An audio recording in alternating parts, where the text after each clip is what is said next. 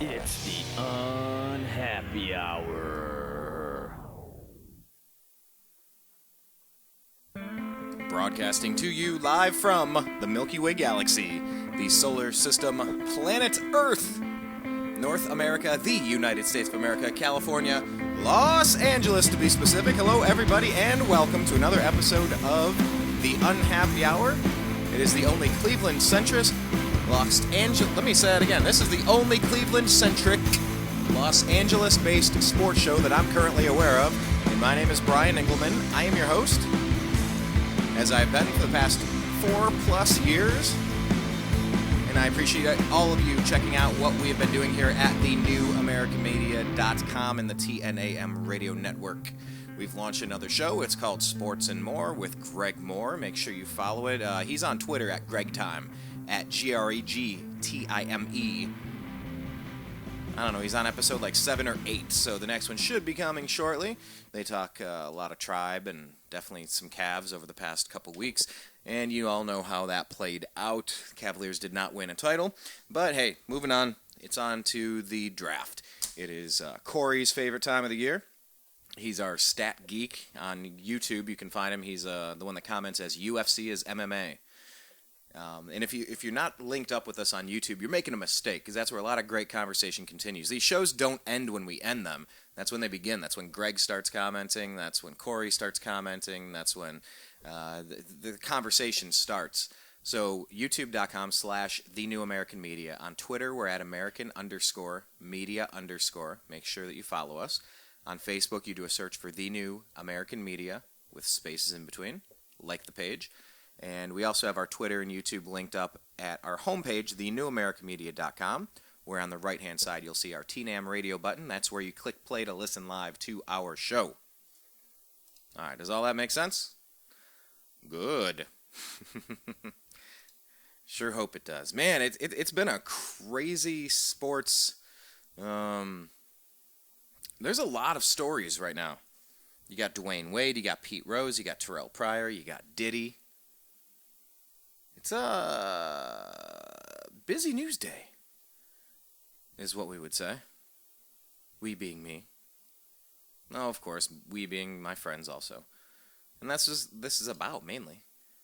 It's a place where we get together and talk about our friends. Oh, make sure you follow our friend Zak Baris. He's a former NBA scout, current NBA consultant, lifelong Cleveland sports fan. He's at Z Baris. That's ZBARIS on Twitter. All right, so let's get him into the show. Because we're going to be doing a mock draft. An NBA mock draft.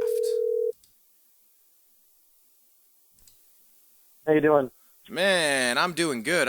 I started the show, Zach, kind of talking about a few different things going on in the news. I want to get your quick hits on these. Dwyane Wade's... Hold on, one second. I put my headphones. Sure thing.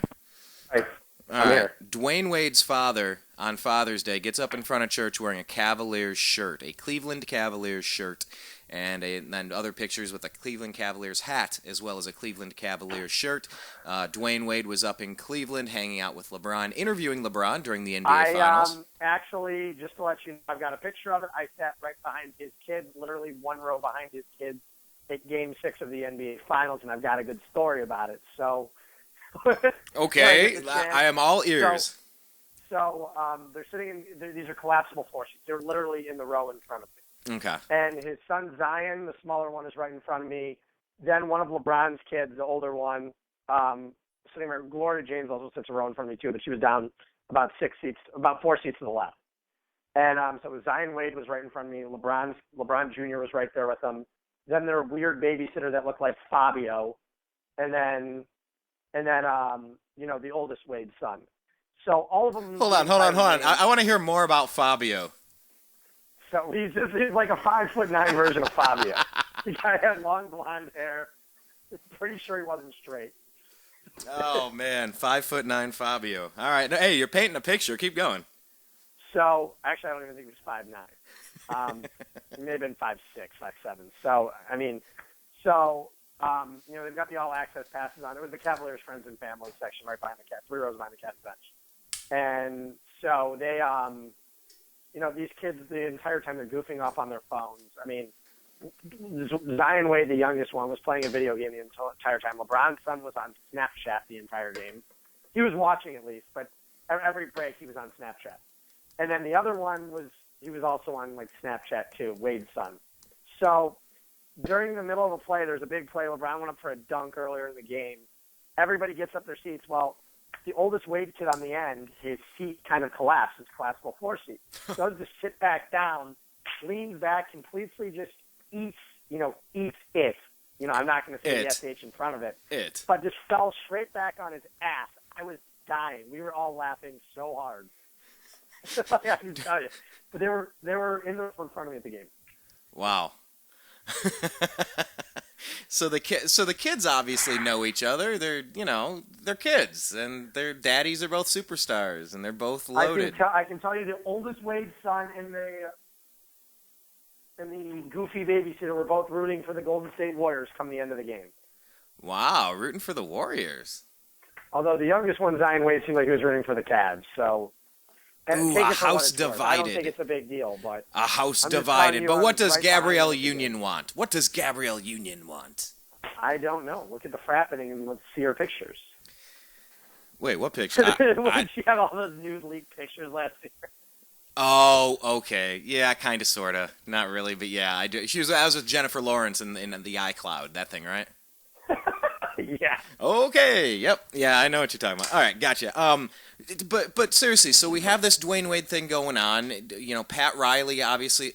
What is going on here? I've heard rumors that LeBron would take a pay cut for 1 year to bring Dwyane Wade in. I don't know what's going to happen. I really don't. I can't tell you if he would take a pay cut for Dwyane Wade to come in.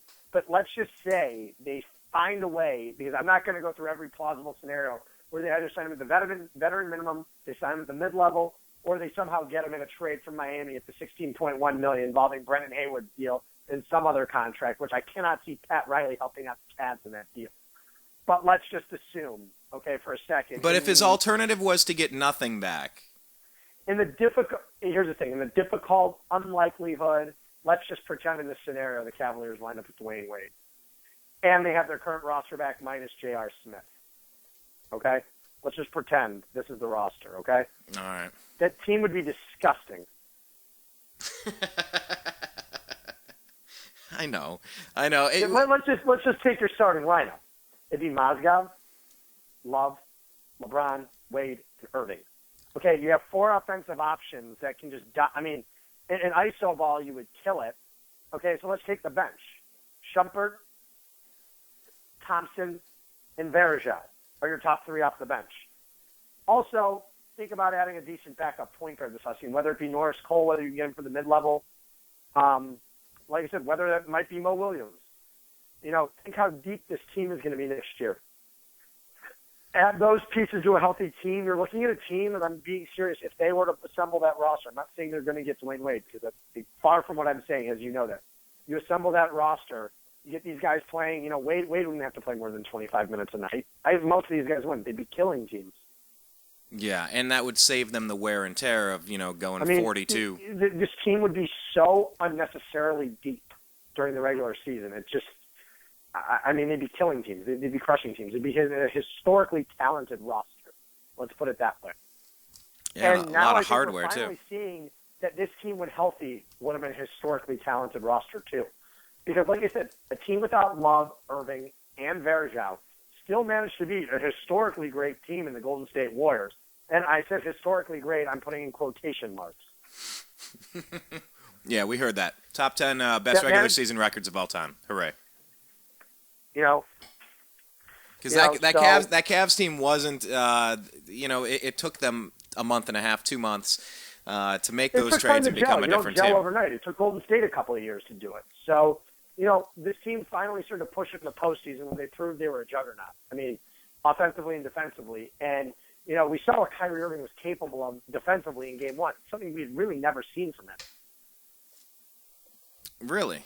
Yeah, and Corey said the same thing. A couple of blocks. The kid was simply amazing. I think it was Corey on our YouTube channel. I think on our YouTube channel, Corey said That's and if I'm misattributing that, sorry, but I read it somewhere and said, this is what pisses me off about Kyrie Irving. Watching him play now with those 2 blocks on Steph Curry and what he's doing with the steals, it's just showing that he's lazy all the other times. He's not lazy. You can't give maximum 110% effort every game like that and expect to come out there. But it's not necessary during the regular season. I think he was just in a zone. You know how sometimes your adrenaline's just pumping and you get in that zone and you're unstoppable. It happens. It happens. You have those nights where you're just, okay, I'm on top of the world. That's why there were games this year where he was able to put up 57 and 55 in games. You can't do that every night. It's not possible. He's not capable of doing that every single night. But there are certain nights of the week or certain nights of the year where he is capable of a performance like that.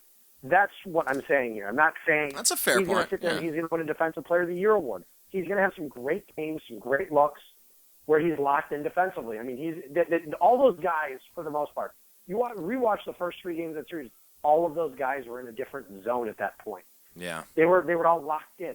You saw they were making their shots. Dellavedova is not capable of that, yet he did it for 2 full games. And it's just too bad that there was a phantom traveling call on Timofey Mozgov in Game 1, and we couldn't win it. Game 2 would have turned out the same, or Game 3 would have turned out the same. Hey, but you know what? In overtime, Kyrie cracks his kneecap. Exactly. So. But who knows? That injury, what I'm saying, though, may have happened later. Yeah, He already had tendonitis, and it was almost bone-on-bone anyway. So we don't know what would have happened. I mean, we really don't. We can't say here. It's not like Klay Thompson intentionally need him. He didn't. It was clearly unintentional. Yeah, it was not Kelly Olynyk. Kelly Olynyk was intentional. What Kelly Olynyk did was dirty. What Klay Thompson did was not dirty. I'm not going to sit here. No, it was a fluke play. But I have the sneaking suspicion, Zach, that LeBron James in his role as general manager, I believe that he is going to play GM again, just like when we got Wally Zerbiak in and Larry Hughes and Ben Wallace and all. Point to 100 different roster moves. LeBron had a big say in every one of them. I'm worried that he wants to overpay his 2 boys, those being Tristan Thompson and Dwyane Wade, and probably kick Kevin Love out in the process. Some sort of sign and trade something. And by the way, Tristan's worth every penny they give him right now. Here's the thing. Tristan showed how valuable he is in the playoffs. The amount of what he does down on the floor, he forces the defense to play completely different basketball because they need to keep in a rim protector. Otherwise, he's going to eat you alive on the offensive glass. They need to keep Tristan at all costs. They would never have been in the finals without Tristan Thompson. He was that good in the Bulls series. I don't know if you remember. He was that good in the Hawks series. And he was damn good for the first few games in the finals. He's worth the money. Offensively, you don't need him to go out there and put up 20 a game. That's not what he's there for. But aren't we saying he's going to get a damn near a max deal? I just have a hard time hearing. He's the best offensive rebounder in the NBA. But he's not LeBron James. And if you're comparing max to max, that's not even a. But it doesn't matter at this point because the max deals it's flawed, and the NBA realized that. That's why it's going to change in a year. Explain that. Explain what the tweaks that have been done. So the cap's rising. They're saying that a max player could command up to $36 million a year. They realized it wasn't fair for Joe Johnson to be able to get more money than LeBron. It was a joke. But then won't Tristan just want more of that percentage anyway, and we're back to square one? No, I mean then he's not worth it. Say go find. Let's go find. Go hit the open market. See what you can get. Some idiot team wants to pay you that.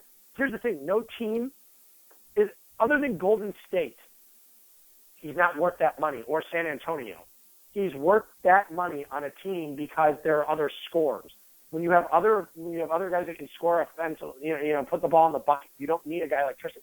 Tristan would be a terrible fit for a guy like the Raptors or the Pistons.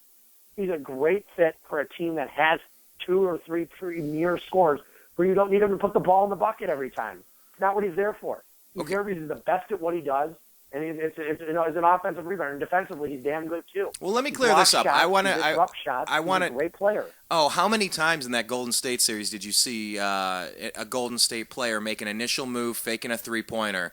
They juke somebody out. The crowd goes, "Oh!" And then they look up and see Tristan Thompson there, and they instantly kicked it back out. They never challenged him, especially when Mozzie was right next to him. Oh, and take it for what it's worth, Brian. Tell me that Chandler Parsons and tell me that Gordon Hayward are worth more than Tristan Thompson. No, I can't do that.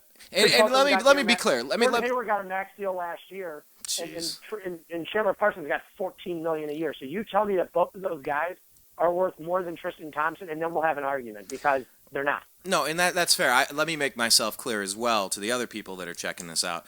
I think Tristan Thompson stepping up for an injured Kevin Love and playing more minutes than he has all year long, because let's face it, Tristan played a lot. Missed a game. Yeah, and he played a lot, during the first couple years of his career. Never missed a game in his entire career. Look at the versatility on that. That type of durability is enormous. You look at LeBron and you look at the other superstars breaking down, and you're like, man, something can be said for endurance. But no, Tristan did a fantastic job. I'm just saying, like, if you both max out at a max deal and you're getting close to max money, it's like, is he really it means, that close honestly, to it's garbage LeBron? at this point. It means nothing, and that's what you have to take. You can't even pretend like it matters.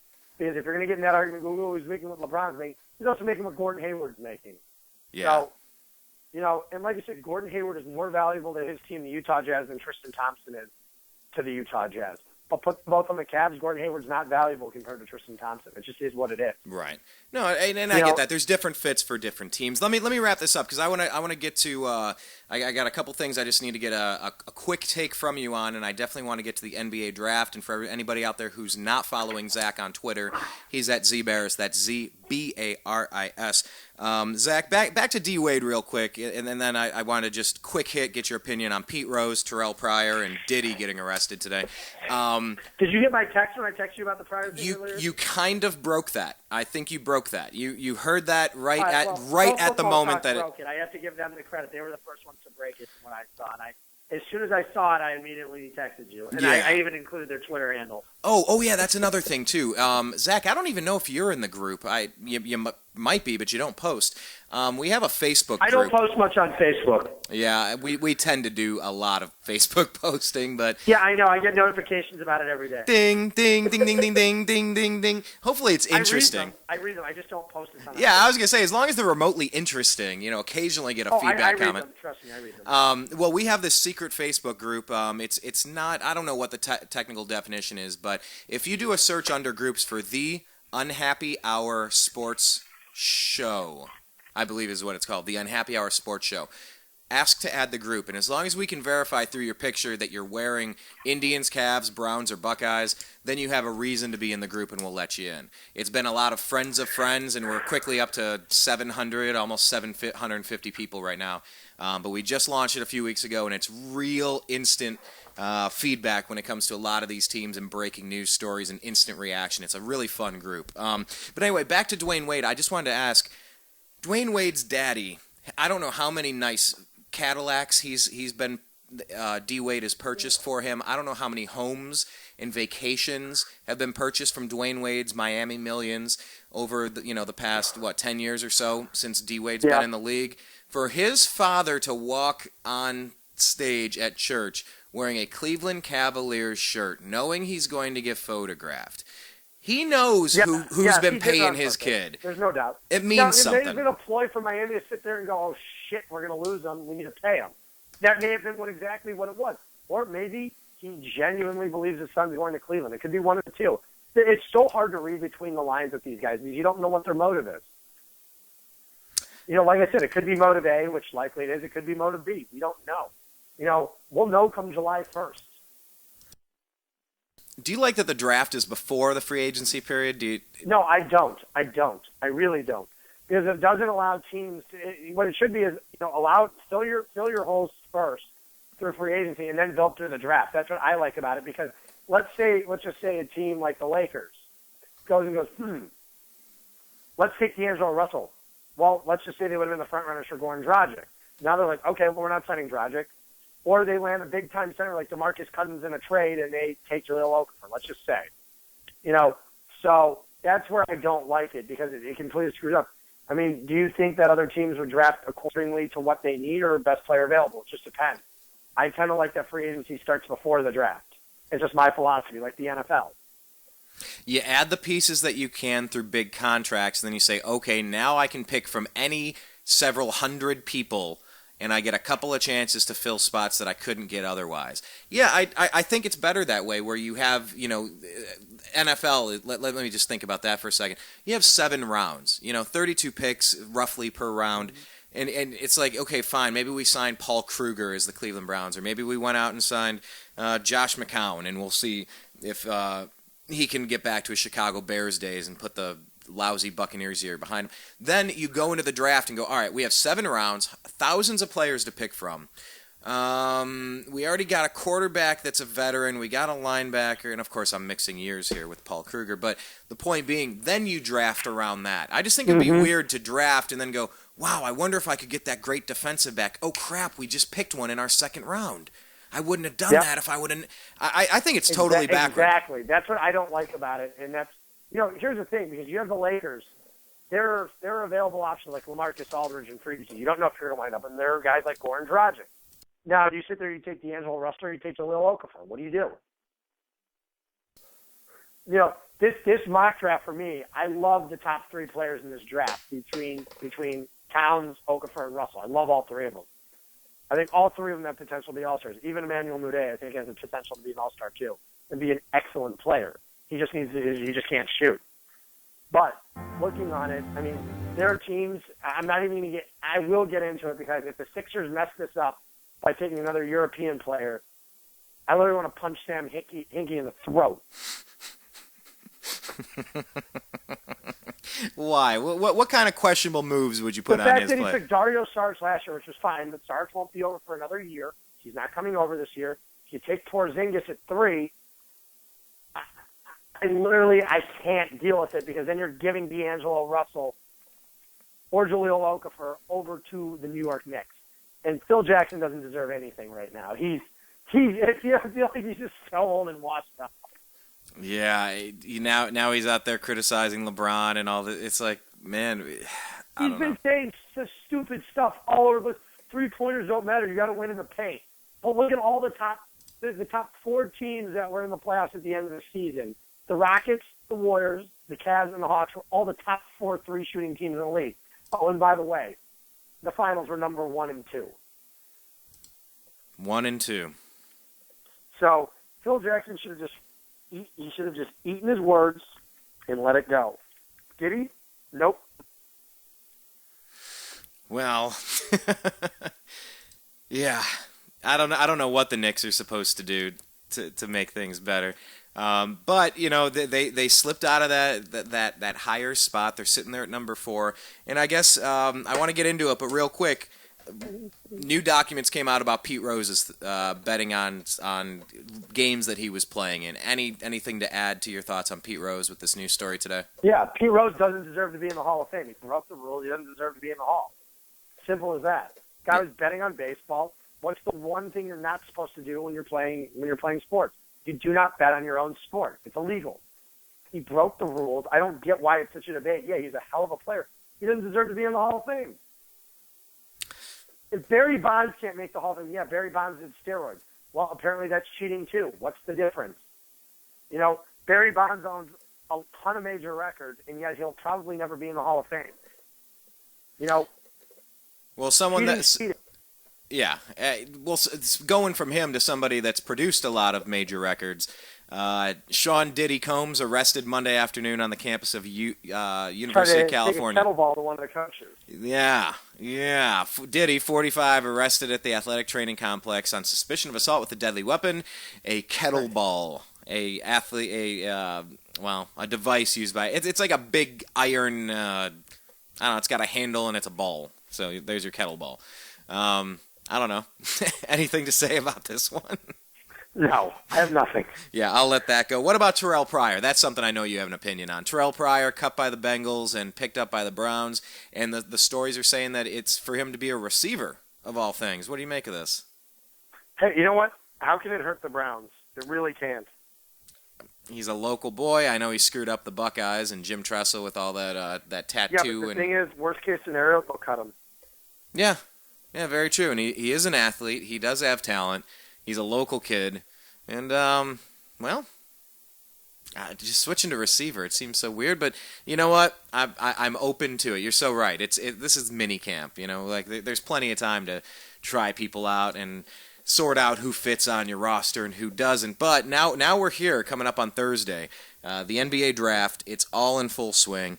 And it's time to do the mock draft. I have one in front of me here from Corey. I'm not going to mention anything about it until we get through at least those top 14. So let's start off with number one. First off, I've got Karl Anthony Towns. He's got to be, he's got to be the number one in the league. He's the most complete player. The guy can shoot the threes. He can play in the post. He's also a better defender than Okafor. This is why, I think Jalil's game right now might be a little bit developed. I think he might be a little developed more offensively, but I would go with Karl Anthony Towns guaranteed at number one. If the Timberwolves are a smart team, which they've proven in the past they aren't. The team that passed on Steph Curry twice. So, yeah, that's a funny thing about drafts. You can go back with every team and you go, oh, how did we miss that? And it happens. It happens. Who's running Minnesota right now? Is it same crew? Because Mikhail was doing it for a while. Flip Saunders. Okay, but Mikhail was doing it a while ago. Philadelphia. He was going to be Philadelphia, but it's not. Yeah, well, it is what it is, and I'm hearing that Anthony Bennett's on the trading block. Yeah, he should bring back not any ping pong balls. He should bring back maybe probably a late first round pick is what he's worth, in my opinion. Really, a late first rounder? I mean, that's nothing. You're taking a guy who has the number one pick, still some potential. I mean, I don't think he's worth much more than that. I mean, he stinks. And I've been seeing the Cavs dangling their first round pick and trying to get the Hayward deal kind of put together in some sort of package. You hearing anything about that? Yeah, I don't know what they're doing though. I really don't. I think they're going to try to move Hayward for a piece. I don't know what piece it's going to be. I have no clue, but they will wind up moving him. I can tell you this: Brendan Haywood is or was, let's say, my next door neighbor, literally next door. He moved out last Wednesday. Take that for what it's worth. Last Wednesday night, he was out of the building.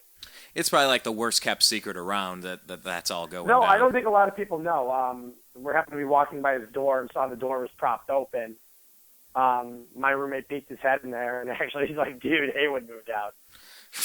So, and then I was walking back. Did he do something above the, like on the archway above the door where he said like Haywood was here, kind of like in Shawshank Redemption, Brooks was here? His girl I was with this weekend, and I just saw the door propped open again. It's a clearly empty apartment. And also I got an email saying it's back on the market, so if we know anyone looking. So you knew that when Johnny Manziel moved out too. Right away. To be yours for $4,400 a month, Brian. Hey, well, dude, what a deal! I'll take it. I like that zebra wood. What do you call that stuff? Zebra wood. Yeah, zebra wood and cork floors. It's a very unique look. Anyway, we digress. Okay, so Minnesota, if they know what they're doing, and we'll see if they do or not. Karl Anthony Towns at number one, the most well put together, balanced, talented player in the draft. That goes right now to the Los Angeles Lakers. Do you want to do this as a Los Angeles Laker radio call-in guy, or do you want to do it as yourself? Well, I could do it as Los Angeles Laker radio. If you guys want it, then I'll do it. If not, yeah, I've heard for it. So here, we're gonna do a little skit. I'm gonna go to the telephone line. All right, Zach, hold on a second. We have a call from Los Angeles. I didn't get the caller's name, but it just says here from the call screener, this is Los Angeles Sports Radio Talk Show call-in guy. Call-in guy, how you doing today? I'm good, man. How are you? Man, I'm doing great. My understanding is you want to talk about the Lakers and who you think that they should take at number two. Yeah. Well, if I could trade the pick, I'd trade it for Kyrie Irving. You want hold on. No, okay, well hold on. Wait, you want to trade the pick for Kyrie Irving and Kevin Love? Yeah. Okay, to explain all right. You think that this would Kyrie be Irving. Yeah, he's going to come to the Lakers anyway. So I say, why don't we get him now? See, the weird thing is though about that, he just signed a max deal. I think it was like 5 years, $90 million or something last year. No, man. You're wrong. You're locked out. Okay, so Kyrie will opt out, and you want to go ahead and trade him for 2 All-Stars with Kevin Love. You think Kevin Love even wants to come to the Lakers with that $25 million contract with Kobe? UCLA, born and raised. Oh, so it's a local kid. Did you grow up with him by chance? You know the guy? No. Oh, okay. All right. Zach, thank you for that. Kyrie Irving. I love it. Kyrie Irving. We trade like Renner Kid, like Lamar Odom. We get like Kyrie Irving. I think he's Meta World Panda Piece or something right now. I don't even know if he's Ron Artest. Well, we'll give like Kobe Bryant. We'll give like 11 first-round picks. See, I don't think you can trade that many consecutive first-round picks anymore. I think there's some sort of rule against that. It will get LeBron anyway. Yeah. You know, it's gonna be Kobe and Dwyane Wade. I've actually heard that. Those guys, there's nothing more I miss than on my daily run up in Runyon Canyon or up in Beechwood Canyon on the daily, listening to Ryan Russillo on the radio or Max and Marcellus, just listening to the callers. My favorite part of the show every day, just so I get to hear that, and it was too good. It was pure gold because 60-70% of the callers were just, from East LA, and it was just funny. Dick Kyrie Irving. Now, you know what I want to do? I want to just splice out, and I'm sure Greg. Hey, Greg Moore, I know you're out there listening. And I can't tell you how many times a day it was on the radio. Well, yeah, because you were out here, 2-3 years ago when Kyrie hadn't re-signed, LeBron wasn't back a year ago? 2 years ago, yeah. Yeah, something like that. And so it was a big talk, and people were projecting into the next year or two who they could get. And like I said, the entire time, he's going to sign a max deal. There's no way he's not going to. Yeah. And I was right. And look how bad.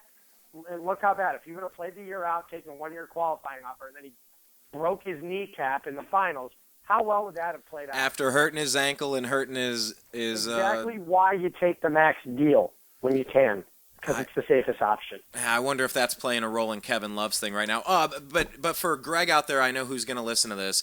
I want you to pull out that little clip, that little tiny half-second snippet where he goes, Kyrie Irving. And I want you to use that as like little show drop-ins because he's getting really big on the sound effects, and I want you to send it to me so I can play it on our side as well. Kyrie Irving, Papito. Kyrie Irving.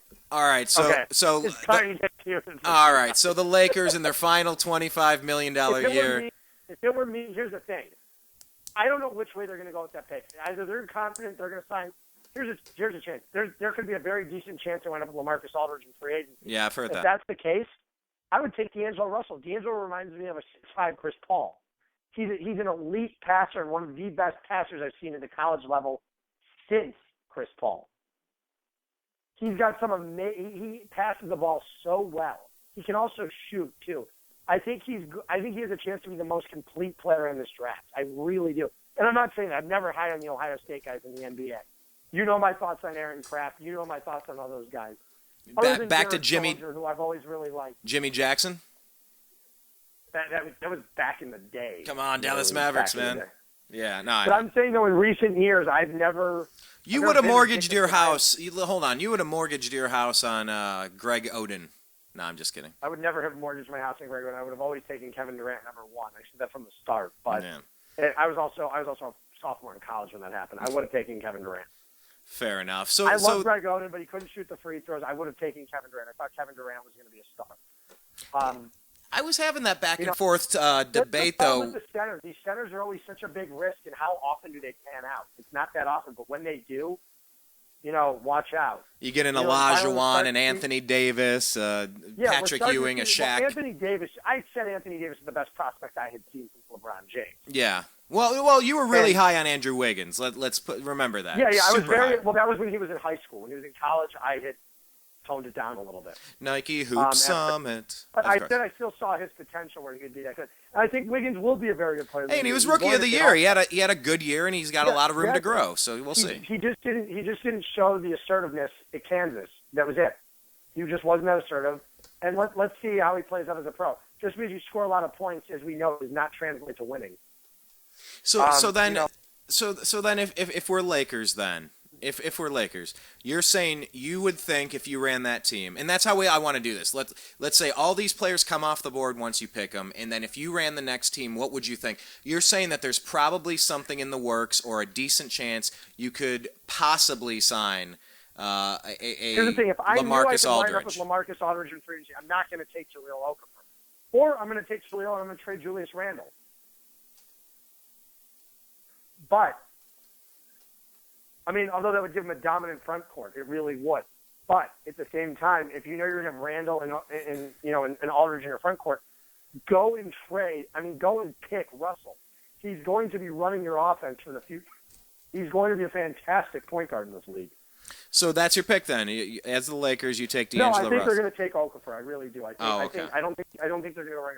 I personally, if I knew I was going to be able to land Aldridge, I would take Russell. But I think Okafor is the pick here. And I don't think, if they take Russell or Okafor, I don't think they're making the wrong choice. I think both of them are going to be great NBA players. Because isn't there, I've heard different things in this draft, that there's like a top 3 and then it falls off to 7, or I've heard that anybody in the top 7 could end up being the best player by the time it's all said and done. Someone's going to slip, and I don't know who it's going to be, but there are 3 really, really, really elite prospects who I just went over. And I think there's also one that's borderline there if he ever gets a shot, which is Emmanuel Mudiay. If he ever develops a shot, he's going to be a highly elite prospect, and he's an elite talent already. And what does that mean? Shoot. Okay, but explain what that means, because when you hear someone say like, wow, that could be a really great Yankees player one day if he could ever learn to throw a fastball. And it's like, well, how do you not know that by the time you're drafted and expected to turn a franchise? There are guys that don't figure it out that, like I said, let's take, for instance, the Cleveland Browns developing players versus another team developing players. You can always say, listen, we should have taken that guy. How do you know Tom Brady would have been Tom Brady if he would have been on the Cleveland Browns? We don't. Of course not. A lot of it's about coaching and development. And offensive line and strategy. We've seen it for years. Look at Brady Hoke's Michigan teams. Brady Hoke had consistent top 5, top 10 recruiting classes with 5-star recruits. How many of those guys developed into great throw prospects? Very few of them. He didn't develop his players. It just happened. It's issues in the weight room. It's all over the board. It's coaching. It's development. And so you've seen it quite a few times. As an NBA, like the Sacramento Kings, who are constantly in the middle of the lottery every year. It's all about development. You can't develop your own players. You're not going to win. But then you're saying in your years being an NBA scout and NBA consultant and working with high schoolers and working with college players, you've seen what the impact of some really good coaching can do to form and consistency. Take, for instance, Chicago Bulls. Okay, other than Derrick Rose. Okay, but let's just go through it. Jimmy Butler, where was he picked? In the 20s. Okay? Where was Taj Gibson picked? In the 20s. Joakim Noah was apparently a reach at where he was picked in the top 10. I believe at number 8 or number 9. But all these guys, what happened? Noah's been an all-star. Gibson's been very, very serviceable. Jimmy Butler's one of the elite players in this league now. I mean, you look at the way they've developed talent. Was that Tibbs? That's a team right there, all together, and just in everything they do. They've been able to develop talent. How much credit of that goes to Coach Tibbs, who got run out of there?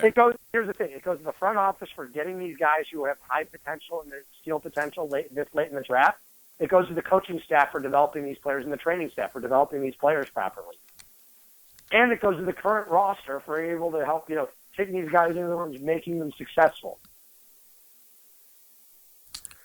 But apparently Tibbs didn't get a lot of credit for that if he was run out. Brooks and Nate Robinson into, and turning Nate Robinson into the guy that's leading your team to a win against the Heat in the playoffs.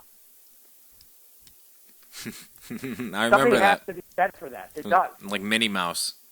The Mighty Mouse is what has to be said for that. It's not a knock on Nate Robinson. I'm saying, he was one man's trash. It's like JR for most of the season. One team's trash was another man's treasure. Yep. I mean, I don't know how well. I don't know if we wouldn't have beaten the Hawks in 4 games if it wasn't for JR with the way he played. I mean, maybe they would have, but JR was fantastic. He literally delivered the knockout punch multiple times in the playoffs this season. Yeah, we would have. And I think he just wore down towards the end.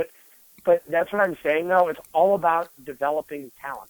If you have the ability to develop talent, then fine, you're going to be okay. Which is why I'm not sure Philadelphia at number 3 should take Porzingis.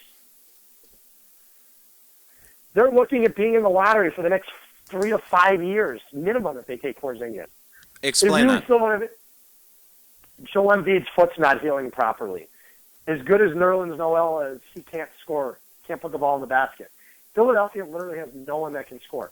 You really want to take the risk on Porzingis, who could be a great player. He's a 7'1", and I'm putting this in quotations, a power forward / center. He's a small forward. He doesn't play inside. He reminds me a lot of Bargnani. Would you rather have Bargnani or the next great point guard in this league in D'Angelo Russell? Why would you not take D'Angelo Russell there? I don't get it. But knowing Sam Hinkie and knowing the 76ers, they're going to take Porzingis. 3.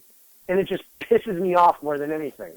Now, I guess this changes my initial question, because then it would be if you were the GM versus what you are guessing that team will do. If I were the GM, I'd be taking D'Angelo Russell in that spot in a second. Now, I'm glad I'm not Mitch Kupchak here, because he's got a tough decision to make, but as long as he picks one of those two, as long as it's Russell or Okafor, I don't think he's making the right decision, because both are going to be all-stars. So you're saying, though, you're saying at the end of the day, Okafor to the Lakers. Now, Philly, what do you think happens there? You think it goes Russell or Porzingis? I think they take Porzingis at 3. I can't. Okay. I think it's just so stupid. What do you need more than anything? You need a point guard who can distribute the basketball, create shots for other players, and put the ball in the basket, too. Who better than D'Angelo Russell is going to do that? No one. So you're saying New York slipping all the way down there, they're now going to have a chance? If Phil Jackson gets D'Angelo Russell, which he probably will, he's going to be licking his chops. How would he play alongside Carmelo and whatever pieces they have over there? What would D'Angelo Phil Russell's do with going to be a perfect fit anywhere that he goes. I'm telling you that right now, because he's an elite passer who can also shoot the basketball and defend the perimeter.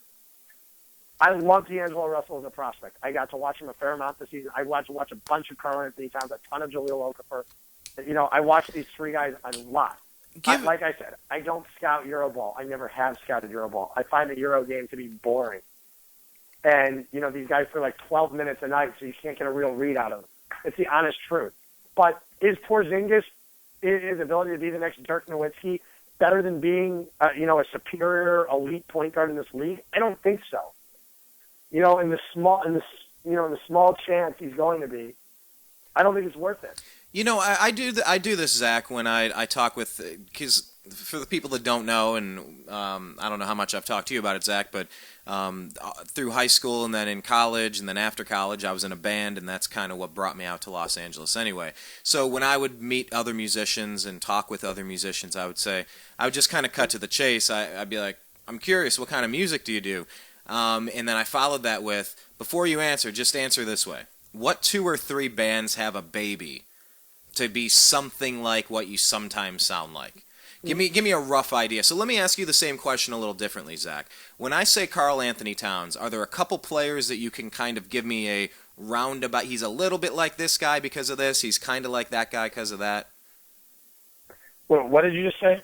Karl Towns. What couple NBA players does he remind you of a little bit? It's hard to say. I mean, he reminds me a little bit of DeMarcus Cousins, but it's the fact that he can spread the floor, too. He's one of the few big men in the league that can spread the floor. Okay. Okafor, who does he remind you of? Jahlil Okafor, I mean, it's tough.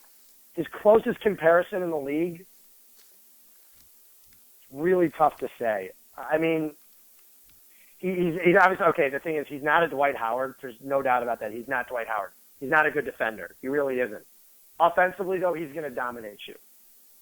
That's what I'm saying. This is a guy who can stick up 25 points a night, who's going to be able to put up 25 points a night and 10 boards. But he's not going to sit there. He's not going to block a ton of shots, and he's not going to scare you defensively. That's what I'll give you. Okay. Because I don't know if there's really any center in the league that's just like him. There's not. That's fair. D'Angelo Russell, you said like another version of Chris Paul, except a little taller or something like that, right? Yeah, he reminds me of a 6'5" Chris Paul. I don't know if he's as talented as a ball handler, which he's not, but he's an elite passer, and for a freshman coming out of school is very impressive. I would really hope Philadelphia takes him, but if they don't, they're idiots. Porzingis, I just don't get it, because you said Dirk Nowitzki.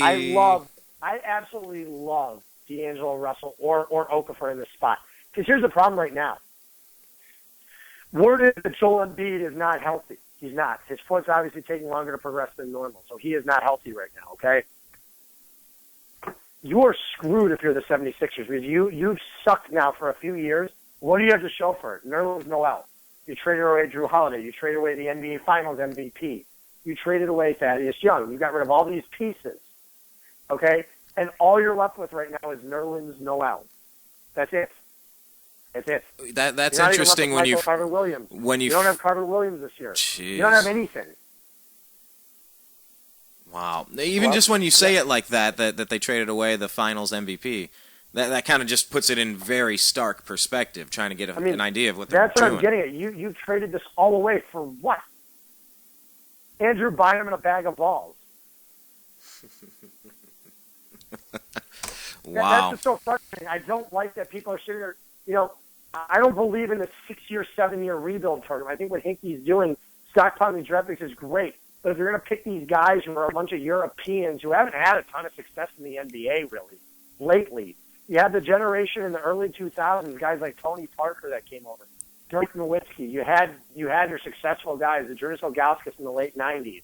You had your success, in the late 90s and early 2000s. But since then, really, give me a European player. I mean, in Ginobili from South America, but give me a European player over the last few years that's truly developed into a superstar. That's a true superstar. Golden State doesn't have one of them on their roster. The Cavs don't have one of them on their roster. The Hawks didn't have one on their roster. The Bulls, and don't give me, other than Pau Gasol, again, was a late 90s, early 2000s guy. There are no recent ones that have had such success on an NBA team in the last 5 years that have been that good. I just don't get what the infatuation with it. Well, you know what? You bring up an interesting point with the Clippers Euroball. didn't have anyone. The Rockets don't have anyone that's that valuable. That's a European. That's what I'm getting at. The American guys here are so much more valuable. So I'd love to see the 76ers actually take Emmanuel Mudiay or D'Angelo Russell, because I think those are the smart. I think Russell's the smartest pick. I think Muday's the second smartest pick. Because there you're going, but I think just in general, Philadelphia cannot score the basketball. Russell's exactly what they need. Yeah, Porzingis is 7'1", can shoot the three, but like I said, how much better is he than Bargnani? He's a 7'1" small forward. Well, yeah. So then you have him taking Porzingis at 3. That leaves New York, and then they're going to get Russell. Problem. If they take Porzingis, here's another problem. Let's say Embiid is healthy. You're playing a 7-footer at center. You're playing a 7-foot at power forward. You're playing a 7'1" guy at small forward. Defensively, you're going to get crushed when teams go small. The speed and the fast break potential that keep the Cleveland Cavaliers against them with the lineup of Kyrie Irving, Amon Shumpert, LeBron James, Kevin Love, and Varejao /or Thompson would kill them. Well, I think they might get killed quite a few times on their own. That's what I'm saying. Against a lot of teams. Think about taking Porzingis here. If Jahlil Okafor's on the board, you take Okafor. If Russell's on the board, you take Russell. Not that difficult. But I'm going to go with Hinkie just because the way you got to get into his mindset, and from what I'm hearing from inside circles, is that they're going to take Porzingis, which I'm just praying it's a smokescreen. Well, you know what? Chris Grant, Good. I wouldn't know. But Hinkie's been semi-predictable in what he's been able to do. He wasn't at first. Now he is. Figuring him out what he's been able to do because he's making the same moves every time. He trades everything away for a draft pick. What's preventing him from sticking Nerlens Noel on the draft, on the block on draft night? There's nothing. Jeez.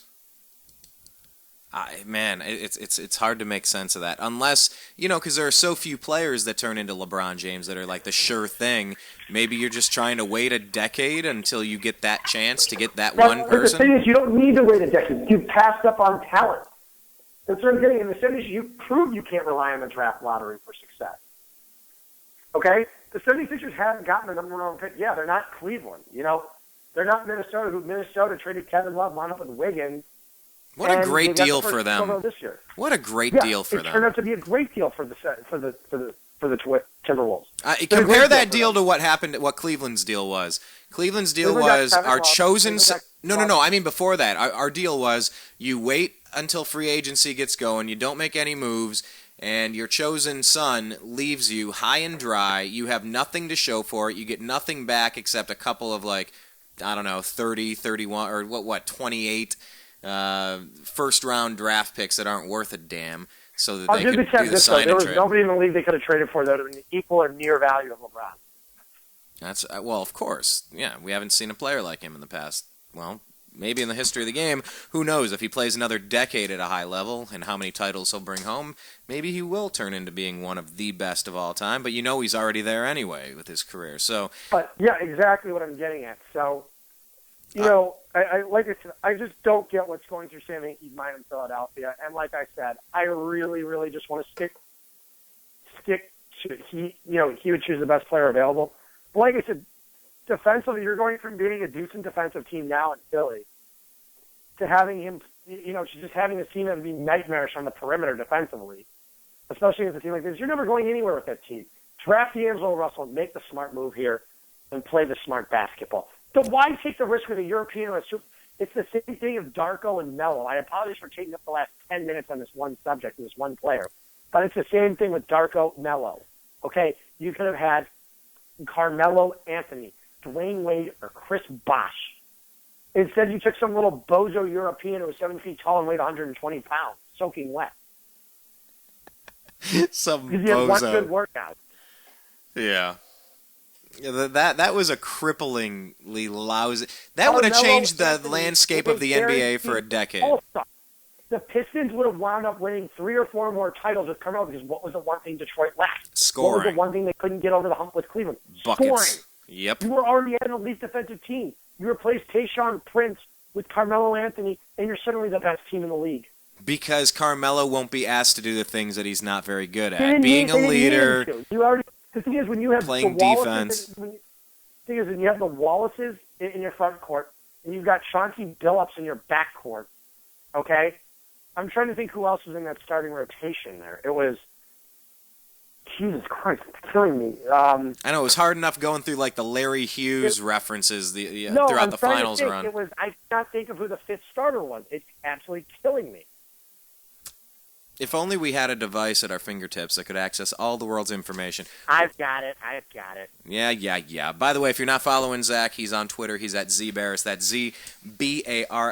And just to recap here, I think I have this straight. We're kind of doing this 2 ways. Number one, who would Zach take at the pick, and who does he think the other team will take? So far, Zach would take Karl Anthony Towns, Okafor, and then Russell. In that order, they had Rip Hamilton, so you replace... Rip Hamilton. There you go. And the thing is, you replace Tayshaun Prince, make him your sixth man.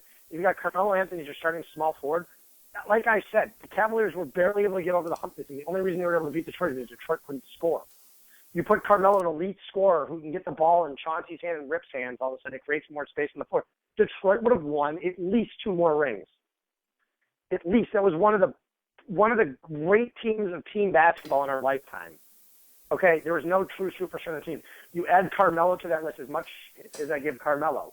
He was a perfect fit for that Pistons team. And Joe Dumars, it cost him his job. He eventually had to go out and move players. He had to move Chauncey Billups to get Allen Iverson as a scorer because, in order to compete against the Cavs, and they just got whooped.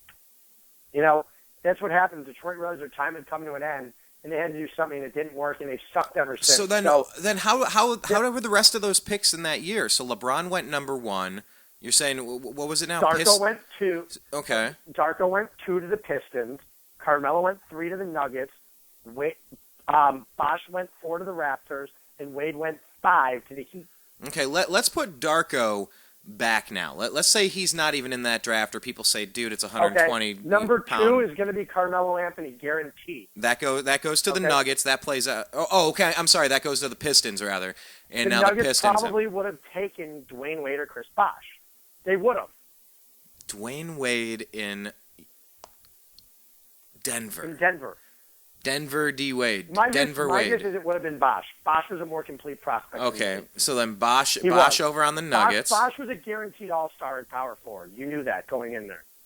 He was very lanky, but you knew he was going to be a guaranteed all-star at power forward. Okay. Dwayne Wade had some issues shooting the basketball. He was not a good shooter in college. But would he still have gone, what's that now, 5th? He would have gone 4 to the Raptors. 4 to the Raptors. He was going there, yeah. And then what would Miami have been left with? Well, maybe TJ Ford. Maybe TJ Ford would have gone to the Raptors. We don't know. Yeah, it's interesting to think about. What if this guy hadn't jumped up into like this pretty talented draft?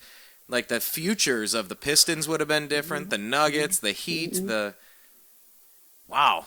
That's a fun game to play. But I guess that's what I'm getting at here. Yeah.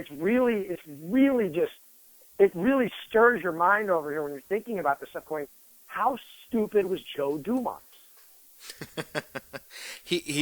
How good could he have possibly been? We had just seen one of the best performances in college basketball history by Carmelo Anthony in the Final Four.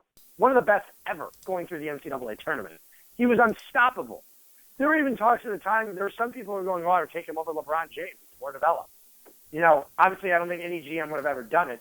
But there was talk at the time of how he could be just as good, how he was such an elite scorer, which he has been his entire career. Wouldn't you want a guy like that? Whew, that's tough to stomach as a Piston fan, I would imagine. What was Darko's potential? I just don't get what they saw in him.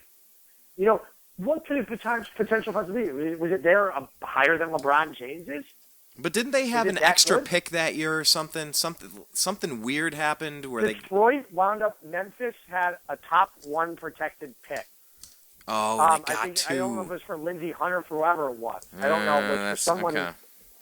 And it was a top 1 protected pick, and Memphis landed the number 2 overall pick, which went to Detroit. And so maybe Detroit just took a flyer on it, saying, "Well, hey, you know what? Big risk, big return." Detroit fans will sit there and tell you, "Oh, we didn't need him. You know, we still won a championship." You would have won championships, and you know it would have recreated the entire course of basketball back in the day. LeBron James, odds are, would have never been to a finals with the Cavaliers instead of Carmelo Anthony. Because they would have had someone to counter. Who knows if the Heat would have won? It all changes.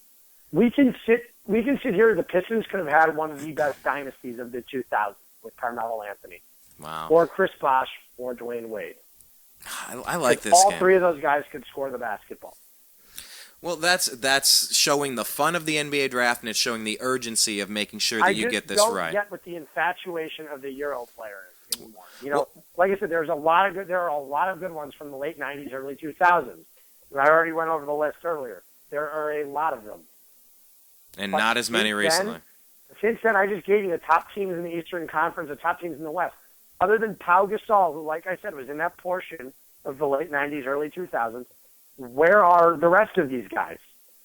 They're non-existent.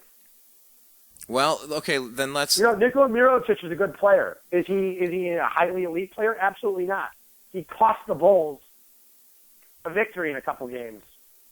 I'm not even going to get into that now, but he cost the Bulls against the Cavs big time. Yeah, I noticed that. He has a couple nice features of his game, but he's definitely not well-rounded. You see all these European teams are just getting old and old. Who's going to be dominating the basketball team next year? It's going to be the USA and Canada all the way. There's tons of talent coming out of Canada right now. Tons. All right, well, let's stick with Philly. Philly says they're going to take Porzingis. You, as GM, say you take you take Okafor. If I'm Phil Jackson, I'm sitting there with a bottle of lube. Greg, make a meme. We need you to make a meme of this one, Greg. Phil Jackson and a bottle. Oh boy, and I bet you he's going to make. That's what one. I'm saying. If Phil Jackson get D'Angelo Russell to fall in his lap at 4, oh God, he's going to be happy. Okay, but you think at number 3 then? Do the recap, because now I'm confused on Okafor and Russell. All right, so let's just say, okay, Anthony Towns at number 1 to the Timberwolves. Joel Okafor number 2 to the Lakers. Number 3, we've got Porzingis going to the Sixers. Number 4, we have D'Angelo Russell going to the Knicks. Yeah, wow. Okay, D'Angelo Russell on the Knicks. That makes them instantly different. How does that team get better? What other piece do they need? They're instantly better. It allows them to go and say, listen, we have our 6'5" point guard of the future. It could be huge. To team up with Carmelo as he's entering a different phase of his career. Apparently, you know, Phil Jackson likes Cameron Payne. So you think? So I don't know if he goes and trades down. I've heard that he loves Cameron Payne. Okay. All right. Well, we'll see if they decide to move down. But like I said, D'Angelo Russell in the triangle offense fits perfectly, especially with Carmelo. Perfect. Does that offense still work perfectly in the NBA these days? We'll see. All right, fair enough. Well, when you have the right players to run it. It won a championship a few years ago, so yeah, I think if it has the right level of elite talent. Yeah, I mean, but did that scheme win it, or did those players win it? And that's kind of what we're trying to figure out. Because the question I was thinking of earlier when you brought up the Euro players, do you think David Blatt is the type of coach that could make a long-term impact and bring titles in Cleveland? I mean, it wouldn't surprise me to see the Cavaliers, take a couple guys in the second round. Maybe he's the coach to get them going. I don't know. But like I said, there has not been a lot of success in the NBA with Europeans over the last 6-7 years at all. So Very now, little. with the European Porzingis off the board, what's Orlando going to do? And what would you do? If it were me, I'd take Emmanuel Mudiay. What do you like about Mudiay? Who's he remind you of? He's kind of like a bully. He actually reminds me a little bit of Marcus Smart. Little bit of Marcus Smart. Yeah, kind of. He's just not a good shooter. He's a good defender, and he's a big player for his position. And that would be a really good pick for Orlando at 5. I think it would, but I don't think they're going to take him. Okay. I think they're going to go European again, which another again I think is a stupid move. Well, I mean, you know what? I'm going to give Orlando Willie Cauley-Stein here. Actually, I think it's a good move. I think that's who they're going to go with. It's who they should take. Cauley-Stein? Yeah, I'm going to go with Cauley-Stein here. Okay. Which leaves Sacramento at Mudiay. And then Mudiay to second. That's a pretty good pick for them at 6, right? He's the best player on the board. Okay. And you just live with best on the board, good player Best at 6. on the board. Like I said, elite talent level to be an all-star. 7, I love Justice Winslow going to the Nuggets. Why do you love that? What kind of player is he? He's a small forward. Also with Mike Malone as the coach, I just love Mike Malone as the coach. I think he got a raw deal in Sacramento. I think, and plus A lot of people thought that. Fantastic. Winslow at Duke last year, possibly one of my favorite perimeter defenders last year. He's one of my favorite defenders in college basketball last year. I think you have to go Just this year. Okay. Have to. If he's still the best player on the board. Like I said, we've already moved Cauley-Stein. Detroit is an enigma. I don't know what they're going to do. They could take Mario Hezonja, the small forward from Croatia. He could be an option there. Which at number 8? He's a really good shooter. He's a sharp shooter. Or you can go with Sam Decker there too, who's another one. But Sam Decker had one really, really good game, and it happened to come at the likes of my team. Dope. He only shot 32% from three-point land. That's the thing. And what number do you want to see him at? What number do I want to see who at? Decker? Well, with the 3-point shooting, what's the really good range there, percentage-wise? I mean, if you look at it, most elite shooters are all around 40% or above. Yeah. 3-point shooters in the league. They're all about 40% now. And don't forget, Dellavedova was number 7 in the league in 3-point shooting this year. Wow. Yeah. Wow. I didn't know that stat, actually. Yeah. Mm-hmm. Oh, okay. So he's probably getting a lot of really good looks, I would imagine. Yeah. I mean, he also didn't take a ton of shots. But, right. So let's take a look at this, and you have to say to yourself, okay, this is, I think Detroit's in a very precarious position again, because do I think there's an elite level prospect up there for Detroit to take? No. Like I said, Detroit never seems to suck bad enough to get that top pick, ever. They're like Sacramento. They keep landing at 6 or 10 in the lottery every year. Yeah, that is the last spot you want to be. I remember for how many years, Zach, we got so excited for the draft time because it was the Cavs at number 1. I mean, it's happened so many times. And the thing is, I was even excited when the Cavaliers. I wasn't excited when the Cavaliers were at number 4. I was really hoping they would have won that pick and gotten Anthony Davis because holy balls. Could you imagine LeBron and Anthony? And Kyrie with cap room. Oh. Yeesh. All right, that's a serious play. I mean, I'm just saying, put that together: LeBron, Anthony Davis, and Kyrie. So that was the number one pick I really, really wanted. And I remember saying I'd give up Kyrie and the number 4 for this one. Well, see, and that's what some people wonder if Philly's just waiting to crack the one at the right time. And the thing is, you're not that it's likely. One, though. And there might be a lottery reform coming up. That's another problem too. Yeah, well, we'll see. I mean, I heard a lot of things about getting rid of the extra point in the NFL, and there's a lot of talk. Some of these ideas do gain steam over time, they already moved the extra point back to the 15-yard line this year. Yeah, they did. I mean, that takes it from 98% to 96%. I mean, it's No, it's now a 32-yard field goal, but that's what I'm saying. It's not a chip shot anymore. No, but the percentage isn't really that much of a difference, all things considered. It's going to make a difference. You're going to see plenty of missed extra points this year. Wait till the weather gets bad. Okay, fair enough. Plenty. Well, in the NBA, people are saying, well, we need to reseed the entire playoffs. All the good teams are in the West, and you know what? But a lot of times the championship comes out of the East. The champion comes out of the East. So how do you feel about that proposal, though? I don't think it's the worst idea. It's basically what the NHL did. Do I think it's fair that a 49-win team in the West can miss the playoffs and a 34-win team in the East can make it? No, it's not fair.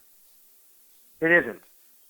You know it as well as I do. It's not fair, but it is what it is. Yeah. Is it fair in the NFL that an 8-8 team in the AFC can make the playoffs over an 11-5 Patriots team when Matt Castle's the quarterback? The 8-8 Chargers made it to the playoffs. Was that fair? No, they're in the same freaking conference.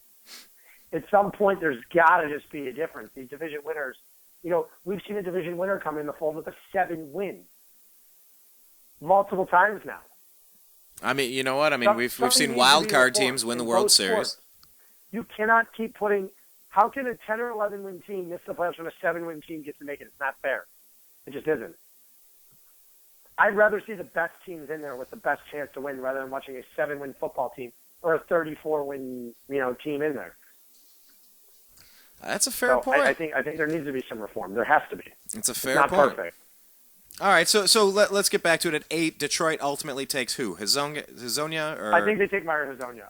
Or it's going to be Sam Decker, but I'm going to go with Hazonia because he's too good to still be on the board. Okay, Charlotte at number 9. This is one I don't know who they're going to take. I mean, you would think they're going to take a guard because they already got Lance. They already got rid of Lance Stevenson. So did you like them moving Lance? They had to. I mean, they had to. I was at a game last year in Charlotte towards the end of the season against the Pistons. As miserable as that sounds, it was as miserable as it was watching it. That's where Greg's from is from Charlotte, and he rails about their fantastically pathetic fan base. I walk into that arena, I'm like, wow, what a gorgeous arena, a great atrium. No food on the concourse, nothing to do. Boring atmosphere inside the arena. But they did have a nice atrium. Best atrium in the league, I tells ya. No, I could see them taking Devin Booker. Yeah. They need a shooting guard really, really badly. They don't need a small forward. They've got Kid Gilchrist still developing. They have Matt Barnes now. They have Kemba Walker. Your biggest hole is at the 2 guard. So Devin Booker seems like the pick. Now, what about Miami with a little bit of uncertainty over Dwyane Wade and, are they going to pay Whiteside? Is Whiteside going to be good? Is he going to get better? Okay, there are ball guys you can go with here. I think Frank Kaminsky. I don't love Frank Kaminsky as a prospect. I really don't. I wouldn't take him here. Okay? There's Willie Cauley-Stein's already off the board. There's Miles Turner's a possibility. I love Miles Turner there. I really do for the Heat. I love Miles Turner there. But there's also Stanley Johnson from Arizona, and there's Sam Decker still on the board. If you really believe in Sam Decker there, and he's that kind of a 3-point shooter, take Sam Decker. He's a small forward. I think Stanley Johnson could be a fantastic fit there too. Or, like I said, you could also have Miles Turner. So it all depends on Pat Riley's preference. I don't know what he's going to do there. If you had to make your guess, Pat Riley takes? So tough. I just can't. Don't do this to me. Hey, I got to ask the tough questions over here on the Unhappy Hour. What can I say? I'm gonna say Sam Decker. All right. Well, you seem to really like Sam Decker anyway. I like Stanley Johnson more. I'm gonna go with Sam Decker though. Okay, you like Stanley Johnson more, but Which you think they're going to take Sam Decker. Pacers. Which leaves the Pacers. I think Miles Turner goes here to the Pacers. I really do. Miles Turner to the Pacers. Mm-hmm. And how does that work with the team they already have? How does that? I mean, David West is getting old. You need a new power forward. David West can't play significance anymore. The guy can barely jump. I take Miles Turner from the Pacers. Okay.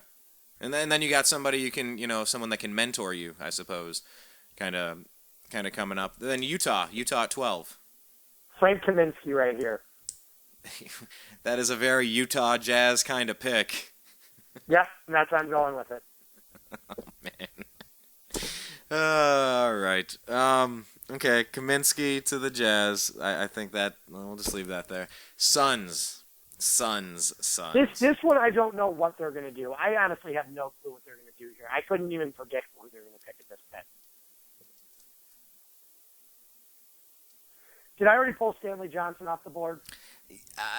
Well, you put a couple scenarios out there where he may be taken. Did, but I didn't pull him off the board. I think I took Sam I think he's still on the board. Yeah.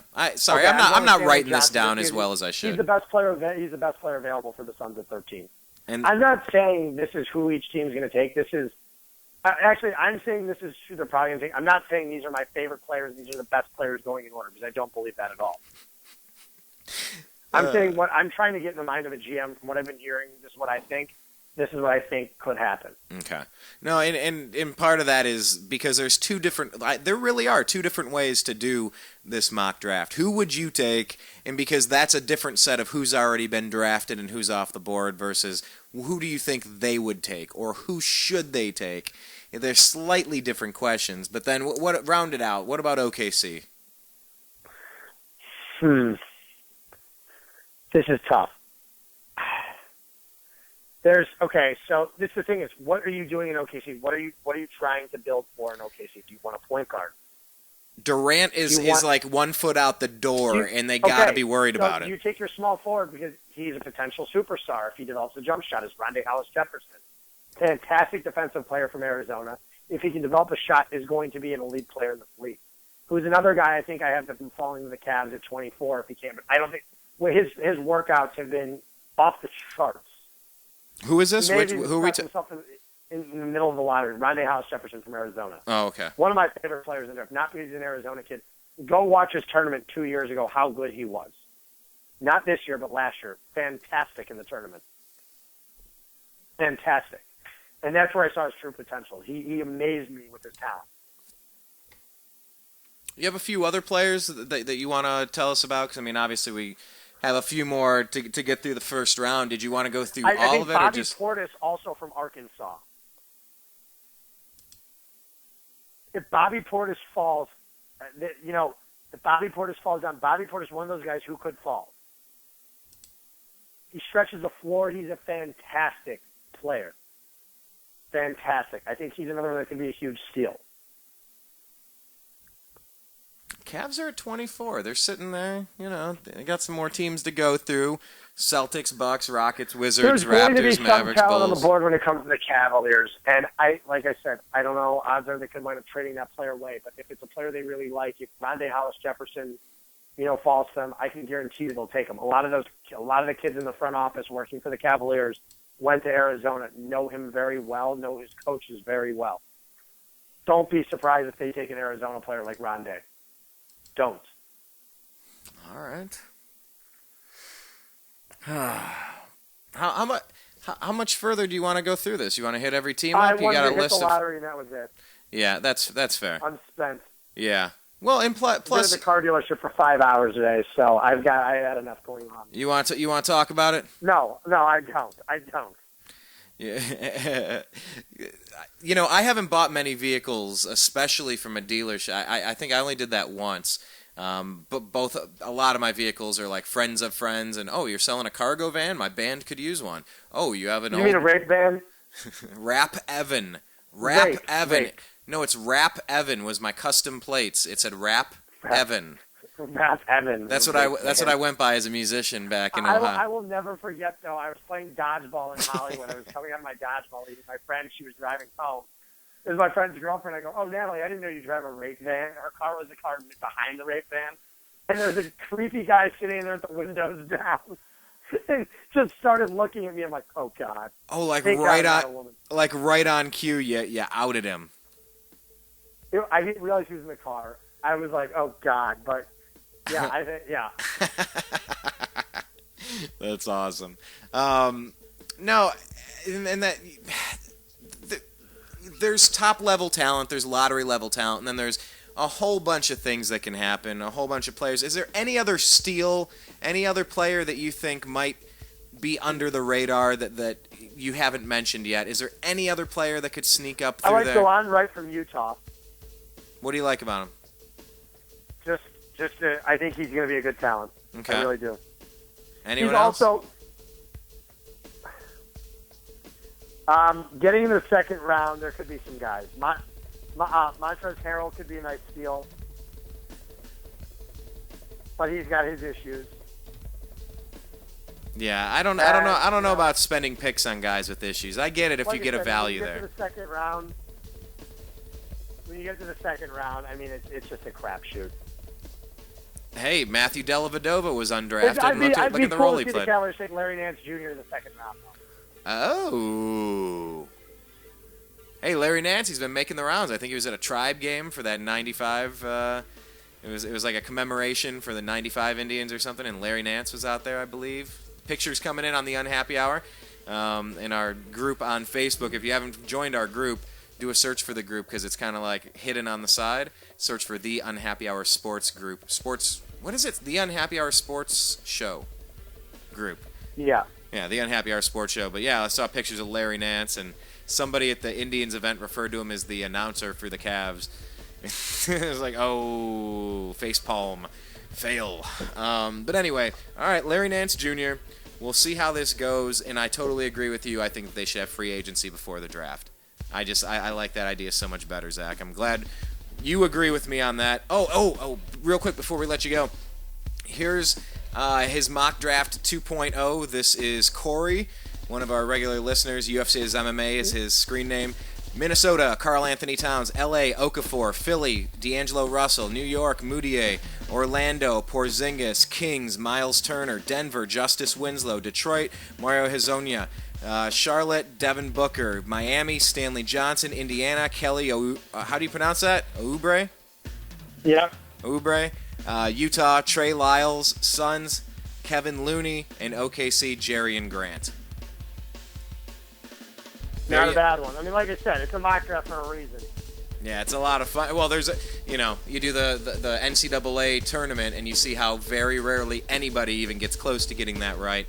There's a lot of moving pieces to draft. I'm sure we'll be talking Thursday.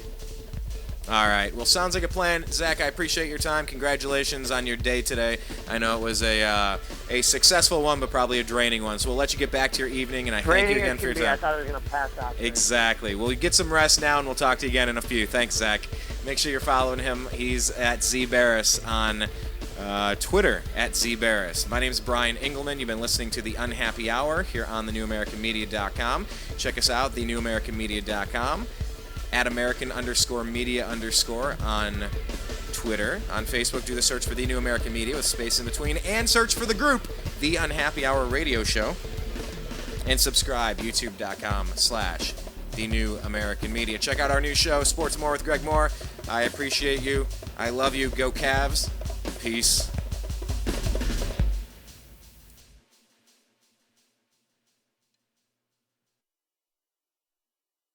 And this is John B. Wells reminding you that not only is Brian Engelman a cool guy, and not only is the newamericanmedia.com a very cool platform, but here's a cool idea for you, too. Are you alone? Not really. Do you like dogs? Do you like cats? You do. Of course you do. Everybody does. One or the other, maybe even both.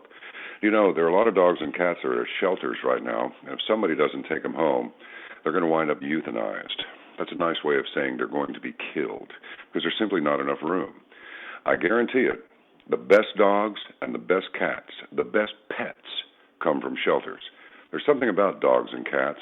They know. They know where they are. You walk through one of them, and certainly at least one is going to look at you and go, I wish you'd take me home. I'm in hell. Please take me out of here. It'll be the best thing that you ever did for your soul. You'll feel good about it. And not only that, but you have a friend for life. Doesn't matter if you got money, you don't have money.